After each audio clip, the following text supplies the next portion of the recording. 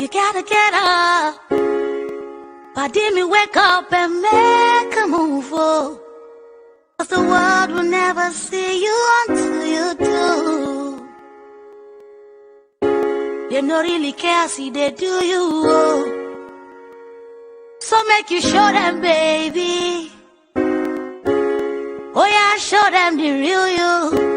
Oh yeah, show them what you get. No, no, no, don't let them say what's another why you strong, oh. You can't bring no. You want more than 1,000 reasons why. You don't need to perfect, baby. 'Cause nobody perfect, darling. No, no, no, there's nobody in the world will be like you.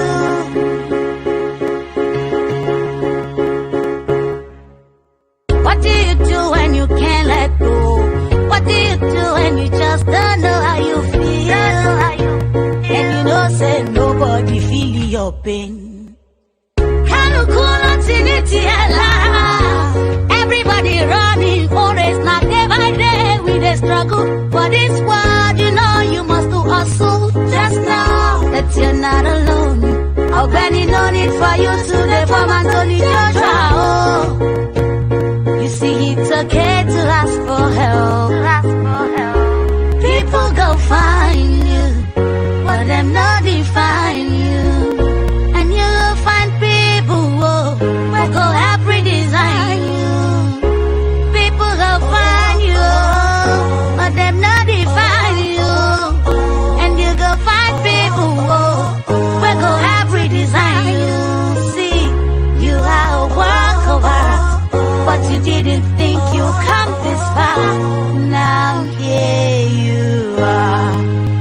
Oh, you strong, oh. You get brain, oh. See, you want beyond 1,000 reasons why. Oh, you no need to perfect, baby. 'Cause nobody perfect, darling. No, no, no, there's nobody in the world but be like you.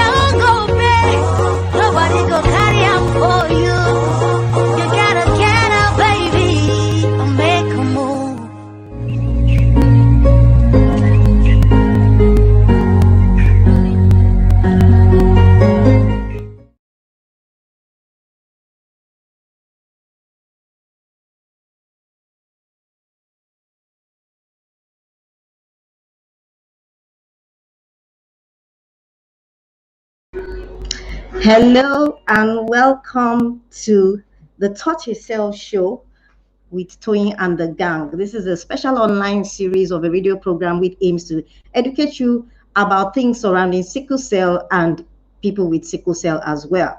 And today we'll be talking about a very important topic.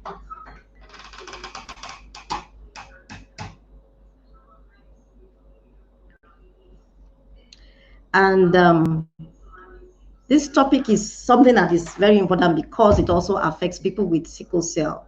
Everybody has a career. It also affects regular people and people with sickle cell. And everybody has a career. And as you might know, this issue with COVID-19 is bringing all sorts of challenges that is coming his way. So we'll be talking about this issue. And if you're new on the show, I welcome you on Instagram, on Facebook, on YouTube.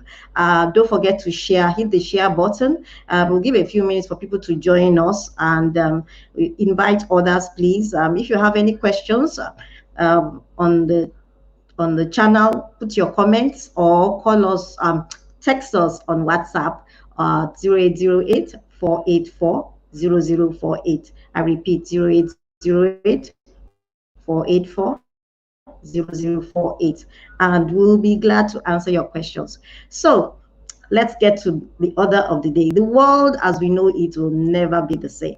With the advent of COVID-19 virus, there has been an unprecedented shift in the way we do things. For some, the lockdown is over, especially for those of us in Surulere, it's partially over, and people are trying to find their way back, while others are still in the lockdown and have to be confined to self-isolation and all that. There's going to be definitely a new way of doing things. Pundits call it the new normal. Businesses and organizations will need to re-strategize, and jobs may be lost. In fact, likely some jobs even around the world have been lost. But how truly are we ready for the challenges that lay ahead? On today's edition of the Touch Excel show, we will be talking about post-COVID-19, the new normal, how to be relevant in your career. And today I have a special guest, who I'll bring on right now. His name is Samuel Akiloto, and he's the HR practitioner. He's going to be dealing with these issues with us about finding relevance in our careers during post-COVID and during the COVID. Because there's a lot of us who are still doing stay at home, home from work issues. There are those of us who have been forced to come and very much for having me. I don't know if you can hear me. Told to come and work during this time, and for those of us with sickle cell, it's a challenge because we already have a pre-existing condition. So we're going to try and analyze all these issues and discuss it. Hello, Samuel. Nice to have you. Good evening. Yeah, same here. I'm super excited to be here. Thank you very much for having me. Yeah, thank you for always answering our call when we get to invite you. So we'll go. Yeah, thank you. So we go straight to the point.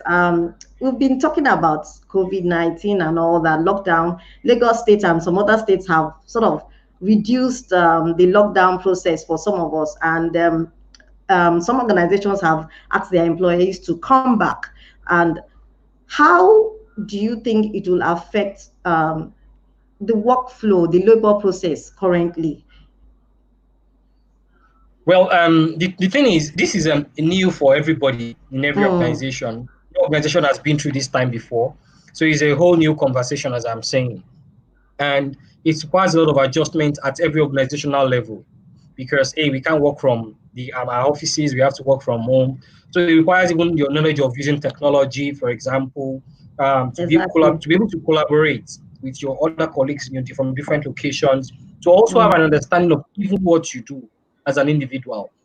And it's a very, very good time even for us as professionals to ask ourselves very, very valid questions to say, okay, people are being laid off at work today.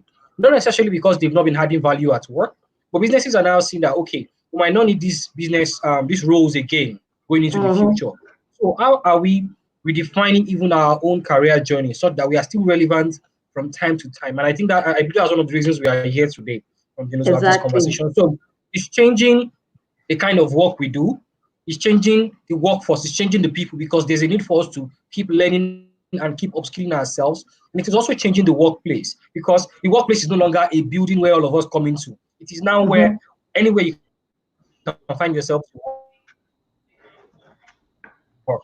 Because I've been working from home for over a month, and I have colleagues across the country as well, and people from different organizations. This is wherever you can be productive.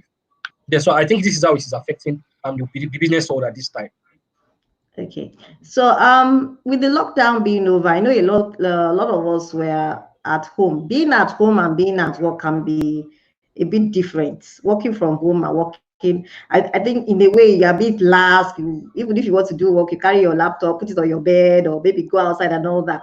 But getting back to work, how would you tell someone who is trying to transit back to work to become more effective and productive, considering the environment we find ourselves? Well, the first thing I'll say is definitely self-discipline is very important. And you also need to adjust your planning because we are back to waking up early to get to work. Exactly. And considering the curfew in place as well, there's a need for us to also be able to finish what we have to do on time so we can leave for home. So I think prioritizing our productivity at this time is the most important thing. That's what I would say. Prioritizing our productivity. What are the things I can finish in a day? And how can I adjust my work patterns back to work? I think that's just it from my perspective. Okay. All right. Well, with some of us, let's get to people living with sickle cell or even other pre-existing conditions. Um, for Okay. us, it's challenging to say, okay, you tell us to go to work, get back to work, as in physical work, and we know that the virus is still prevalent in areas, and then you have to go through transport, you have to go through all that stuff, and then people say, okay, if you have a pre-existing condition, say if I isolate, stay at home, don't go out too much, but that then you still have to report to work. How do you how would you suggest people maneuver around these issues, especially when it comes to relating with their boss? Okay, with regards to managing their boss, I believe managing your boss is one of managing one's boss is one of the most important things one should prioritize in their careers. I always say that anybody that knows me knows that I always mention, because number one, your boss has a very, very high chance of influencing your career trajectory, either negatively or Exactly. positively. So your boss has a very, very big say. So I think what's important right now is communicating. If anyone is facing challenges with commuting to work, for example, oh, for my safety or for my health sake, I might not be able to use public transport at this time because there are a lot of people on the road, and buses are getting filled, even though they are not supposed to be filled, to maximum capacity. So it is Yeah. communicating at this time about what is important, because if I should fall sick because I have to use public transport to get to work, I won't be able to do that work at the end of the day. So it is Exactly. communicating at this time to understand priorities. As well, if the organization can also make concessions to provide maybe staff buses that can commute staff at this time, I think that's another thing organizations can also look at doing right now. So that's just my, but I think communication is the most important thing. Communicating your challenges clearly, without holding back with one's boss, I think is very important at this time. Okay. All right. Going forward, what should be the mental outlook people should have regards to uh, their career, really? Because I know things are going to change. They're going to get to specific careers in a bit. But what should be the mental outlook in projecting? Okay, this is the situation. Things are going to change. What am I supposed to do? So I think the biggest thing that will change is how people see their jobs. Because right now, there are some professions that are not even working right now. Some people with some Mm, careers are not even working right now. Because let's say entertainment, for example, nobody's going out for mm-mm, entertainment. Let's say event management. Not so many people are going to events at this time. So if you have careers in industries that have not been functional during this mm. pandemic, there are questions to ask ourselves. Maybe there's a need for us to become more versatile. So I think that's where the mental shift should be. How can I become more relevant, even outside what I currently do? I think it's that versatility and understanding changing landscapes as we proceed in our career. I think that's what we have to focus more on at this time: versatility and understanding changing landscape in regards to our careers. Okay, which brings me to the question. Okay, what types of jobs you think will be relevant now, and what types of jobs do you think might be declining, and in specifics, so that maybe if somebody is thinking of trajecting to a particular area, there's okay, this seems more popular or more relevant in this time. Maybe I'll go and acquire skills towards that. Um, you know. So I wouldn't want to outrightly say, because it's fluctuating at this time. Let's say, for Yeah. example, the health sector, and maybe logistics and retail business are the ones really booming at this time, because people have been home. They are purchasing a whole lot of food items. So retail businesses that provide house care products and FMCGs, basically fast moving consumer Yeah, goods, food would and all that. Yeah. their sales will really go up. So anybody that is Mm. looking at it from that perspective, because let's say, for example, Zoom, for example, has been one of the major platforms that people have video calls, and their stock price has increased significantly there. So if a person is saying, oh, because Zoom is doing fine at this time, oh, let me start a video conferencing platform. What is the possibility that more video conferencing platforms do not come up, and yours might not be top or go top as much as you believe it to be. So it is not also using this time as standard to measure how successful a business can be. It is just also checking prospectively what are sustainable businesses, what are sustainable careers. One I can mention easily, I think, is technology, because technology keeps driving how we work and the kind of work we do. So I think technology is the field that is still going to thrive. So it's very important for any professional to be digital, whatever profession they found themselves, because technology is going to change the work we do. It's going to change the kind of work we do, how we interact with our colleagues. So you need to understand in the next 5 years how will technology have changed what I'm doing? How can I adapt proactively to what that change can bring? So that's what I'm just trying to say. But I think technology will be here for a while. Okay. All right. The how best do you think the employers can address the concerns of their employees? Because I remember a lot of times during this period, people are going on about, they will fire you, no, you take them to court, no, this, no, this. But so definitely some businesses will have challenges and they may have to either Yes. go or lower salaries or stuff like that. So, but how best can somebody who is an employer approach the employee so that there's one voice and a cohesion in even helping the vision of the organization? For me, I believe this is not even the so I'll put it into perspective here, into perspective Okay. such that, one, for any organization that has to start communicating right now the state of their business, that means they've not been doing something right before. But let's say we found ourselves in this current state we are in. One of the most important thing is transparency. One of the most important things is transparency at this time, that, oh, the business is not doing so fine at this time. Communicate as much as possible, but you have to be very transparent.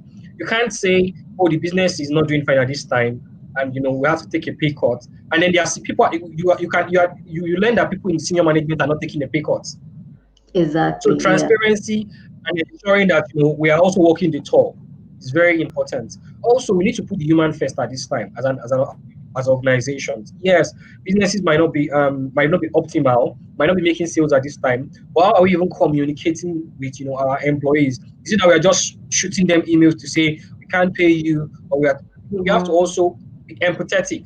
I think the empathy is very, very important too at this time, because these are people that also have lives outside the workplace and they have to cater to these lives. So it's important for us to also express empathy.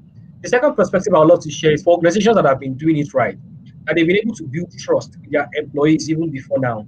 I know it will not be so challenging for even Yes. employees to be committed when they return to work, because they know they've trusted this system, and this system has taken care of me even when I needed them more.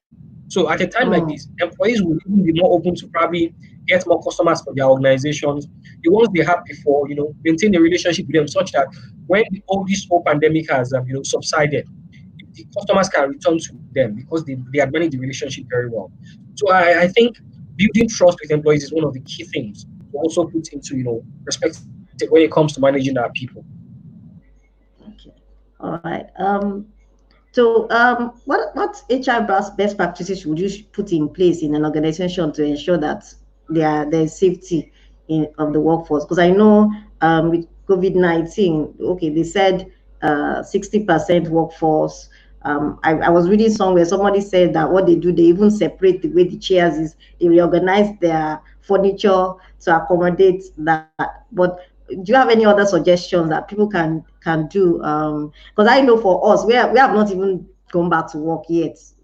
Mix of the pre-existing condition matters, and then what we do, we have a lot of people that come in, so we are just trying to strategize on that. So for people who are facing those challenges, what would you suggest for safety? Because I know it's more than just I see people using, okay, is it hand sanitizer and mask, but to me, from what I read, it's more than just that.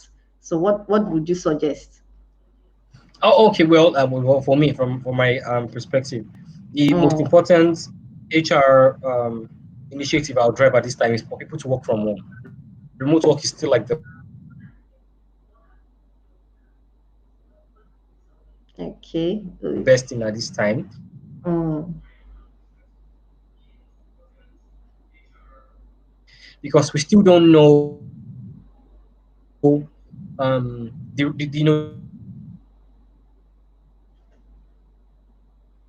the rate at which the virus is present in our Okay, yeah, this seems you're having network issues. You're breaking up.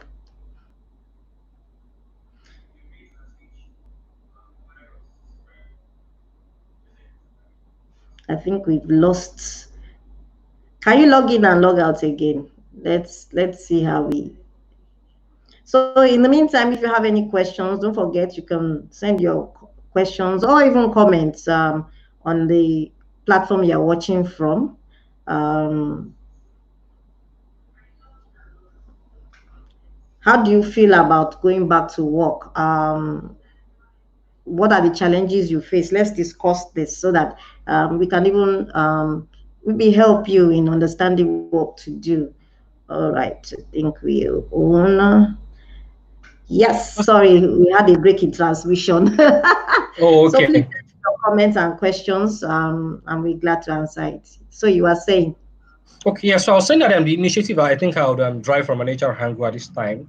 First mm, off, is to ensure that people are working from home, because the moment people leave their homes, they become more exposed, to contracting the virus than if they are at home. So I think one of the key things is to ensure that anybody that does not have to be in the office, people have not been in the office in the last 1 month, and for businesses that have been able to work without people in the office in that last 1 month, I think they should still allow their people go on with that.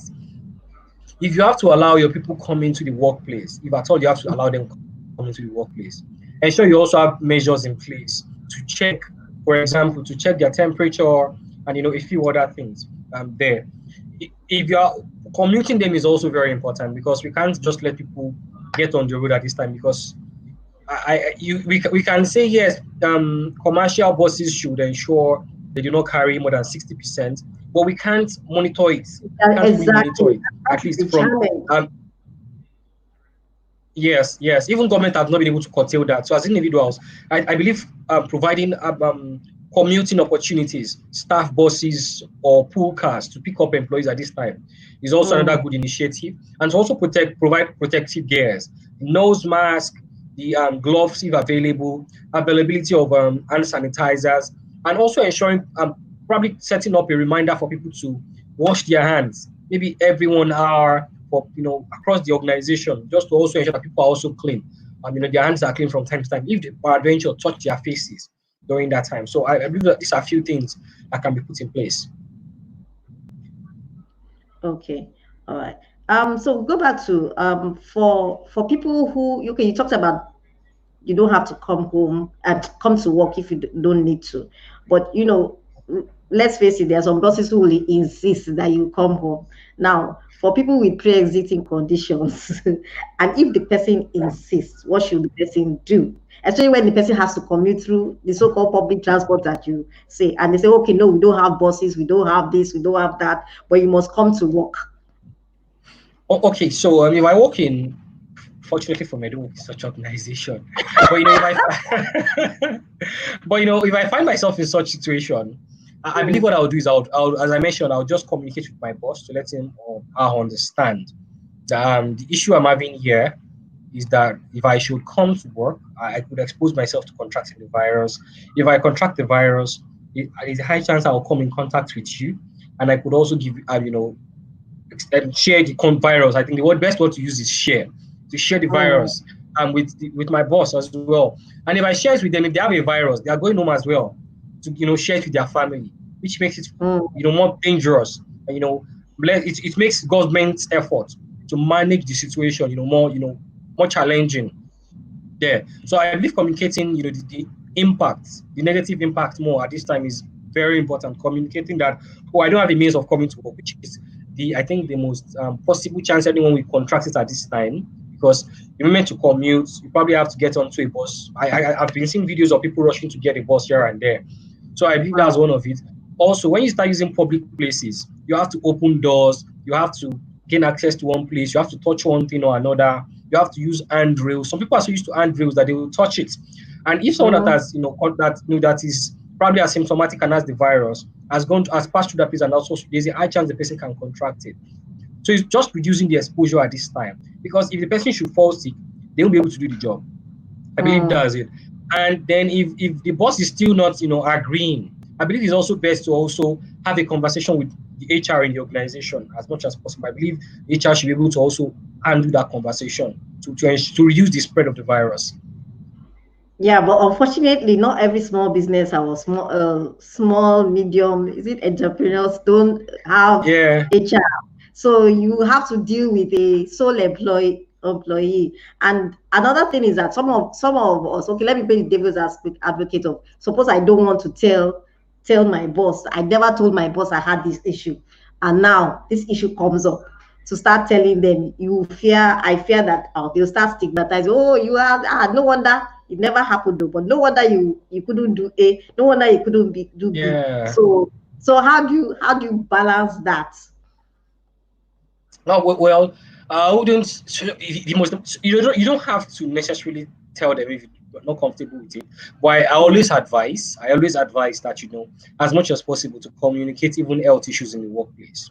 However, what I always advise, because I've had to work with people that have special needs before, and what I often allow them is for them to define what they want to do, and don't define what you think they can do. As their boss or as an employer, don't define what you think people can do. Let them tell you that this is what I can do there. And if you think, it could be challenging for them, help them understand that. But don't enforce that, because you are XYZ, this is what you can do and this is what you can do. So I believe communicating that, as much as I have this condition, as much as I'm not feeling so great at this time, I don't believe it confines me it does not confine my ability or my skills. My skills are there. They are not transient. My skills and knowledge are there. It's not going to affect my productivity or my performance. So I believe that's what the conversation should revolve around, and not necessarily about whatever needs I have there. Okay. All right. Which brings me to another. I'll look at it from the legal point of view in HR. Are there any in cases of I know we've asked these questions technically, but for those who don't know, are there any legal redress when it comes to outright stigmatization regarding employment and all that, or even being an employee? Oh, yes. Aside from the labor law speaking strongly against discrimination, which we've seen cases that have been won at the industrial courts, we also have the People with Disabilities Act, or the Discrimination Against People with Disabilities Act there. Yes. Yeah, which protects them. And it is even more explicit that you can't, discriminate against people on several, for several reasons there. And it was signed, I believe, last year, January, for full adoption by President Buhari. So yes, there's an act that fully protects people with special needs or disabilities in the workplace. And even beyond protecting them, it also states that every organization should have a minimum of 5% of people with disabilities or special needs in the workplace. That one never works. I even had a mate friend, God rest, so we used to pursue that matter. It's a challenge. I agree with you, and I believe that beyond even advocacy organizations or NGOs that can drive such advocacies, I also believe it's a conversation that government needs to start pushing. Government needs to start coming forward, because I know government employ people with special needs and all of that. They need to start letting organizations see that we have these people with us. You should also have it with them. They should also, first of all, be the torch bearer. I think that's one role government can play, because you can't start. There are sanctions to these things. There are sanctions to it. But you can't start sanctioning organization when you yourself are not even walking the talk. And this is me giving feedback to government. I hope they can hear me there. So I believe they need to. Yes, I believe they need to first of all start walking the talk before they can start sanctioning organizations there, and also creating advocacy platforms, supporting organizations like yours, that advocate for people with special needs out there. So I believe it's very important. All right. Okay. So when we talk about people and careers. Now, some people might have been running a business, and then they realize, okay, during this business, COVID stuff has really, it could be a one-man business, not necessarily like a proper where you have staff, and you realize that, oh, this COVID thing has really destroyed what I was planning to do. I'm going to start looking to developing a career. What steps would you suggest that person takes in trying to pivot into building a career instead? Okay, well, for anyone that wants to do that, the first thing they have to do, I believe, is self-evaluation. They need to check themselves where they currently are at, what are their current skills, what are their current strengths. It's a lot of self-awareness. I'll use that one better. Self-awareness to know what their strengths are, what their weaknesses, areas for development. What are the opportunities available? When you talk about strengths and weaknesses, are you talking about in skills or talent or what? Okay, so strength, for example, covers talent, covers skills. So strength for as an HR person, when I started my career, a strength for me was the fact that I had some volunteering experience and I had internship experience in HR. That was a strength. So it was a work experience. The weakness for me was the fact that I studied biochemistry, but I wanted to practice HR. So that was a weakness, for example, an education weakness there. So the weakness does not have to be a person weakness. A strength does not have to be a physical strength as you may have it. A strength is just anything that gives you an advantage. So if you develop some certain skills over time that fit you into a career, if you have some natural talent or some natural inclination, that makes you better than an average individual at certain things. There are some people that they are natural talkers. If they get into any setting, they will make you laugh and they will convince you to buy what they are selling to you. That's a natural talent there. So what I'm saying is they should check themselves. What are those things that can serve as an advantage for them, whatever career they want to pursue? When it comes to the weakness, I often call it area of development. They have to look at what are the things that they believe if they do better or if they improve at it can give them an edge to get into that space easier. Then they have to check what are the opportunities available based on the strengths and weaknesses that they've checked. So these are it. And then they can also look at, okay, what are the threats? What are the things that might not make it easy for me to settle into the career I'm choosing, to get opportunities easily? So a threat could be lack of opportunity, lack of network, lack of having a very, very good network could be a threat. Because it's easier to get opportunities when you have a very, very robust network that's active. It's easier. So I believe you just need to weigh it from a SWOT perspective, trying to witness opportunities and threats to evaluate yourself. I believe after doing a self-evaluation, is now putting an action plan in place to check. Am I applying for jobs? How do I want to get the opportunity? An action plan. Am I searching for jobs? Am I using my network? Am I getting referrals? So those are like the approaches that they can use to seek out the opportunities. And when they do, and as they're also seeking out those opportunities, it's very important to keep preparing. Because you can't just I've seen people come to interviews and it feels like it's at the interviews they're just figuring out that they were going for an interview. That they want what they want to do and that they want you're asking people to tell me about yourself and they are telling you my name is this is where I stay, I'm from this state. And I'm asking you about yourself. Yeah, it's part of you. However, I've had that experience and they don't really understand about tell me about yourself. So but before we continue, just can you give us a short synopsis of when you're saying tell me about yourself, what you expect? Okay, great. So I would say the first thing I would want to mention when it comes to tell me about yourself is so the energy you exude is very, very important at that point. Because most times you find that that's the first question that is asked in the interview. Averagely, that's the first question that is asked. So starting on the right note is very important. So the energy.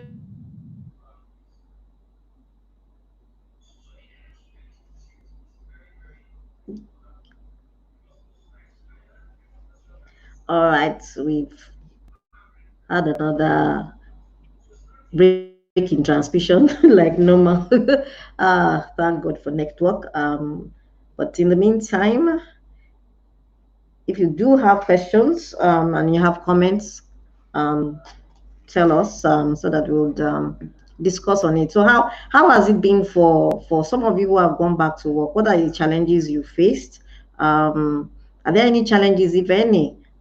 Because during this period, there's a whole lot going on. You hear a whole lot, and your physical and mental state can be facing a brick wall, as it were. So what are the things you feel you encounter? You can hook us up on our Facebook, Instagram, or even YouTube channels, and also WhatsApp 0808 484 0048.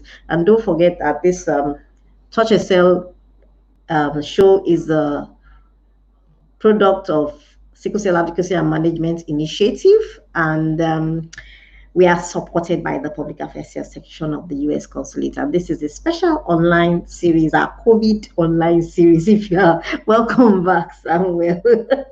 Sorry. I believe my network went off there. Oh, yes. Yeah. So back to telling about yourself. So I believe the first thing is the kind of energy you exude at that point. You can't want to sell yourself, because you are selling yourself when you are tell me about yourself. You can't sell it. You can't want to sell a good product by being nonchalant. You can't sell a good product by being nonchalant. Nobody will buy it. So the kind of energy that is also exuded is the first thing. Then the second thing I would mention is, what are you passionate about? That's the next thing I would mention. What are you passionate about?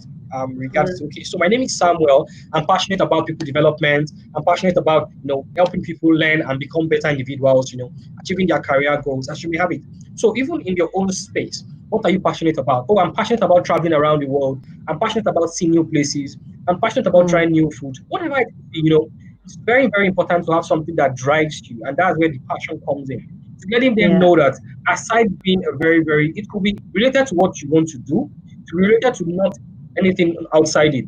But as much as possible, communicating something you're passionate about fuels, the level of enthusiasm they'll be expecting from anybody there. I believe the next thing for fresh graduates who might not have experience is to sell your education. So let me bring this home.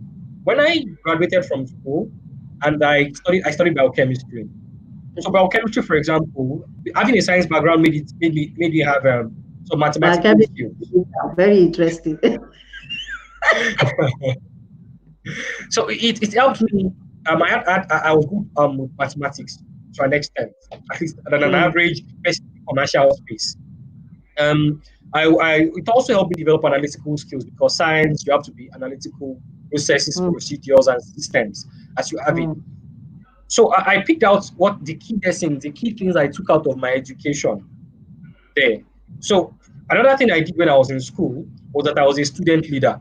So I picked up all the leadership experiences that I had there and brought it to the fore that, I was a student leader when I was in school. As a biochemistry student, I did this, I did that. So I brought my achievement forward there. So that is my education. For some people, it could be their experience. So if you don't want to sell your education, for example, and you want to sell an experience, you have volunteering experience, you have internship experience, as you have it. So you sell your experience at that point. Oh, I have done X, Y, Z at X, Y, and all of that.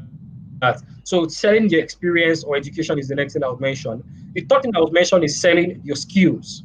Selling your skills, I think, is the next thing I would mention. What are the skills you've developed over time at what you have done?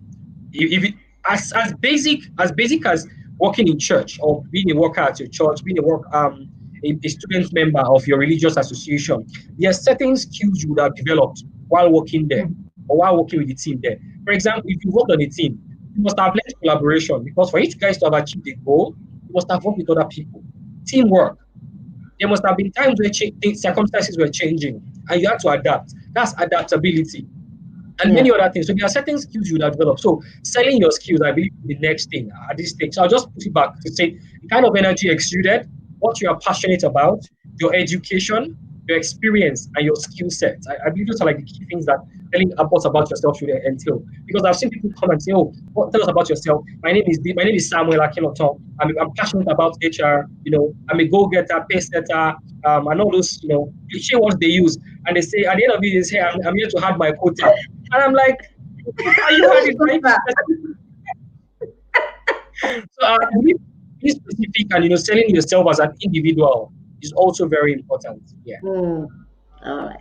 Thank you. So we just have a few minutes left. So any last words, since you don't have any questions, any last words about just people building? Okay, yes, I remember one, which is the main question. How can we stay relevant in our organization? Okay, I could share that in a few sentences. Not a lot. I'll just pick them and drop them, pick them and drop them. So I wouldn't go elaborate. So staying relevant in the current workplace that we are in is an interesting thing because number one, technology is changing the way we work. New set of individuals are coming. So when I was younger, for you to get into the university, as I remember, you must be 16 years old or 17, as I remember. In the days of our own parents, they said for you to get into primary school, your hand must be able to get to your ear, if I remember very well. Yes. Yeah, yes. Great. Great, great. So, but it has evolved over time. I saw a post 2 days back, a 15-year-old that has a PhD. Yeah, Wow. that's an outlier. Yes, that's an outlier. But the world is changing so fast that your age does not necessarily define how far you can get. So we have 18 years olds, 19 years olds that are already out of the university. We have 20 years olds with a master's degree. We have 25 years olds that have 5 years work experience, quality work years of experience. So the old way of doing things in the workplace. So there are diverse set of people in the workplace. So you're not just competing against people at your level. You're even competing against younger people that are coming very fast. And they learn very fast. That's the interesting thing. So the first thing I want to say is learning agility. Stay Okay. relevant, learning agility, your ability to learn fast and do fast too. They say something that the, the best people, the best businesses, when a business launches a new product, to the market, the person that makes that succeeds the most is not the first person that gets there, but it's the person that gets it to the right people that gets the real benefit. So learning agility is what I'm just trying to drive at here to say, are you learning the right things? Because with this whole COVID-19, I've seen a lot of people just taking online courses because everybody's taking an Yeah, online course. exactly. Yeah. Yeah. There's no Do you need trajectory it? to where Yeah, you're supposed to be going. exactly. So do you need what you are even learning? So learning agility is very important. Learning fast and doing fast. That's one of the things first thing I would mention. The second thing I would mention is authenticity. And that is being true to yourself, having values that guide you in the workplace, having values that define your behavior in the workplace. Because if you don't have values that guide you, you just be like a ship at sea that has no direction, no destination there. So it's very, very important to have values and be authentic from time to time. The third thing I'll say is say yes more often. There is this quote by Richard Branson that says, "When anybody gives you an opportunity, say yes first, and then go and learn how to do it." As much as I always advise people to learn ahead, and stay prepared. But say yes to opportunities more often. Let opportunities stretch you. Learn from opportunities as much as possible. But don't take too much more often. That's what I just want to mention there. The next thing I Okay. want to mention is know how to manage your boss. Our boss, to a very good extent, our bosses have an influence over our career trajectory. And one thing for me is I always say this anyway, is that I've been fortunate in my career to have some of the best bosses. I've been fortunate to have some of the best bosses anybody would have can ask for there. So I'm just going to say be able to lead. I call it leading up. And leading up is being able to manage your boss, whoever you are working with. And managing them starts from understanding their expectations of you. What are the results they expect of you? What are the kind of behaviors they expect of you? What is how can you help your boss to win? So that's what I just want to mention there. Learn how to manage your boss very well. The next thing I would mention, I'm not counting. The next thing I want to mention is hang out with passionate people that have a sense of direction, people that are doing the right things from time to time. Hang out with passionate people, online and offline. At work, hang out with passionate people. Who are the people that you see that are getting promoted from time to time? What are the people that you see that you see them as very competent? Learn from them. What are the things they are doing right? Offline, who are the people that you see that are standing out in their professions, even outside what you do? If you are a professional in HR, for example, all your network does not have to be HR people. Who are people in tech that are standing out? Who are the people in strategy that are standing out? Network with them. Hang out with people that are standing out in their industry. Network with top leaders, people that are leading conversations in different industries, so you can learn fast as much as possible. The next thing I want to mention is give back. Give back. Um, I always say that, and giving back here is what are you? It comes from a place of passion. What are you passionate about? How can you Yeah. support causes that you're passionate about? Those are like conversations that I always raise from time to time. Give back passionately. It does not have to be, if it is knowledge you have, share it. Exactly. Give back as much, Exactly. give back as much as possible. And one quote I always say from time to time is this: whatever you know does not have value until it can add value to another person. Whatever you know as a person that is inside your head cannot add value, but if it can add value to another person, it's just knowledge in your head, it's not value. So give back as much as possible, give back passionately, support causes that you're passionate about, volunteer, go out there, donate your time to causes, donate blood too. Very important, one of my Exactly. Please donate blood. It's very important. We yeah, need yes. it. Yes. So Yeah. give back passionately. The next thing I would want to see, because when you are giving back, you also get to network. When you are giving back, you also form a good sense of self. You build self-esteem when you are giving back there. Then another thing I think to add to that is support others as much as possible. And when I'm saying, because um life there's a way life works. When you support others, the support systems also come for you. That's something I've seen over time.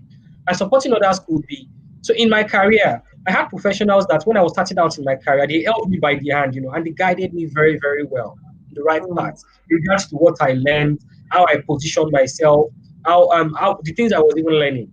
And it has made it easier for me today to also look back, to look at people that are coming up into the profession I found myself, or outside the profession right now.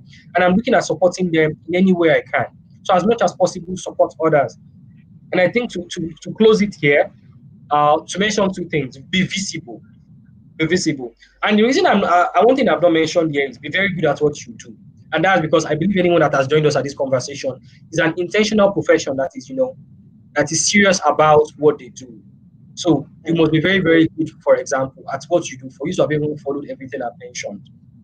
So be visible. And being visible here is even online and offline. Online, on social media, how well are you using social media? To position yourself for And more even gossip opportunities. of putting your skills and all that. Exactly. Exactly. And so that's it for me on being visible. Offline, how do you present yourself at work? How do people perceive you? What's the perception people have of you? So if you are coming to work, do they just see you as the guy that comes to work early? Or do they know you as a person that is very, very competent, that is dependable, that is reliable? Does your boss know you as someone that if I call in at 8 p.m. that I need support for something that must be done at 9 p.m., it can be available? I'm not saying always work outside the office hours or all of that. But as much as possible, are you reliable even when it is required? So be visible. What do you want to be known for? Be visible as whatever you want to be known for. That's what I mentioned in there. And the last thing I would mention is be curious. Be curious, learn as much as possible. Look out for the skills that are, becoming new in whatever profession you found yourself.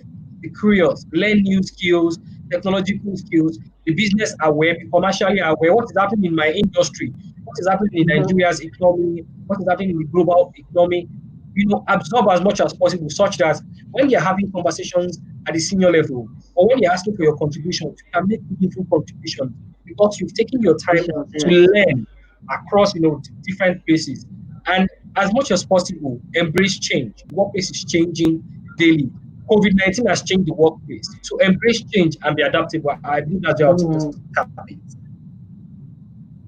Okay, all right. I have a question that I was you were talking about networking, but I also have a question for me if somebody is watching. But let me talk about it. I know that I'm always a proponent of networking, and networking, and I find that number of people like us always shy away from talking to people. But I know where networking has got me. I myself was like that. So what would you say to encourage people, or what are the steps they can break the ice? Sometimes you're always figuring, what are you going to say to this person? Maybe it's because you feel you don't know enough. But basically, what can we do? So for me, I have two thoughts around networking. The first is, some people are introverts. Some people are introverts, and it's not their big point. It's not a natural strength for them to mix with people, to stay around people for so long. So what I always advise people like that, first off, is Be so good that they can't ignore you. Be so Mm. good at what you do that people see what you do. They can see your result. People are seeing your result wherever you find yourself, wherever you go, whatever you touch. People can say, "Oh, it was Samuel that touched this thing." Even in your organization, even outside the organization, people from your organization can say that, "Oh, if they are saying talking about results, they can mention your name as one of the people that if they are looking for results, they can always come to." And it does not always have to be results. If they are looking for solutions, be so good that they can't ignore you. That's the first thing I always say for people that are not so big at coming out. And even beyond that, there's always still the need for you to come out from time to time to meet people Yeah. and network. Yeah, and it Yeah. does not have to be so physical. And we are glad we have social media as of today. You know, we have different social media. So using social media too is very good. You can work on your writing skills and know how to create content that people can want to engage. If that does not work for Yeah. you, yeah, look at how you can add value on social media so that people can also see you as either a thought leader or at least someone that adds value in their space Mm. as much as possible. So if you're not someone that wants to go out, also use social media or be so good at what you do that people can't ignore you. Mm. I think I'll just drop Yeah. it like that. All right. So we have a question. Uh, it says age is a major weakness for some people with some people with sickle cell. How can you address this? Sometimes when you see the CV, they say, "Oh, must be so and so," but because a lot of us that started school late, yeah, older when we come out. So how can we address this? Well, for me, the thing is, as much as we don't have policies that guide us actively in regards to age Mm, discrimination, we don't have it clearly defined. So it is still subjective to a very, very good extent.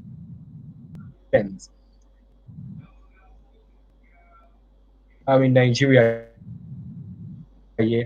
So that might still be prevalent for a while. And because we have a very first off, look out for organizations that are not particular about the age. That's what I often first advise. mm, Look out for organizations that they are not particular about the age. Also, build skills that any okay. organization will want to Would select like you for. that So age, yeah. yes, so I have a friend. Now, when he got out of the university, he was about 25. When he was going to serve and everything, he was about 26, 27-ish when he got out of the university. And when he could not apply for most graduate training programs because some of them asked for 25, 26. What he did was that he went to work for about 2 years with a smaller organization. And after working for 2 years, he applied to the organization that was looking for the age limit as an experienced hire with 2 years experience. And because he was very good at what he was doing, they engaged him. And they even promoted him above those that they took when he wanted to apply as a Wow. graduate trainee. Well, because he already had 2 years experience, it was like a step ahead of those ones. So the first thing for me is don't let the limitations bother you. Look at the advantages you have. What skills can you develop? What experiences can you gain that can give you an edge to say in the next 2, 3 years, if this is where I really want to work, I'll develop the kind of experience they will look out for and they cannot ignore. I believe that's what I would advise. Right. Thank you so much. So if you have a last word, please share while we close. And thank the audience for watching on Instagram, Facebook, and YouTube. So, Samuel, your last words to Uh, people listening. okay, my last word is such as this, and it's I think the word is decide for yourself whatever you want, and this is how I often Mhm. say, life is a fair dealer. Life is a fair dealer. It is what you bargain for that life will give to you. Yeah. If you decide you want 5 naira, life will give you 5 naira. If you demand 1 million naira from life, life will find a way of getting you 1 million naira. So life is a fair deal. Life is what you bargain for that you get. So decide for yourself. Don't live life to believe this is what I deserve. Don't live your life to what you deserve. Live your life by deciding for yourself what you want from time to time and be very, very intentional and go for whatever you want. We are all limitless. I'm well aware of that. We are all limitless. Yeah. I've seen people from I've seen people from Nigeria work in the World Banks, work in the World Health Organizations, work in the United Nations, work in the biggest and best organizations in the world. I've seen Nigerians stand out in different countries across the world. So it's not a function to say, oh, because I'm a Nigerian, there's already limits to what I can become. I can be everything that I want to be. I can be my best self. So decide for yourself and you put whatever you want. So I think that's my last word. All right. Thank you so much. Thank you for giving us the opportunity to take up your time. It's been a Thank you very, very, very very much interesting for having me. Thank you very much for conversation. having me. All right. Have a lovely, lovely rest of the week, and let's pray Thank you that we very much. continue to stay safe.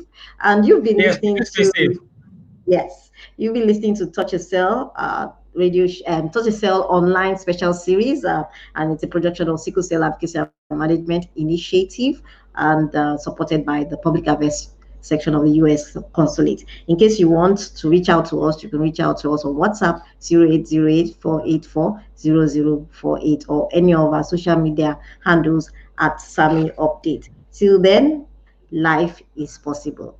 Bye bye. Yeah. Thank you very much.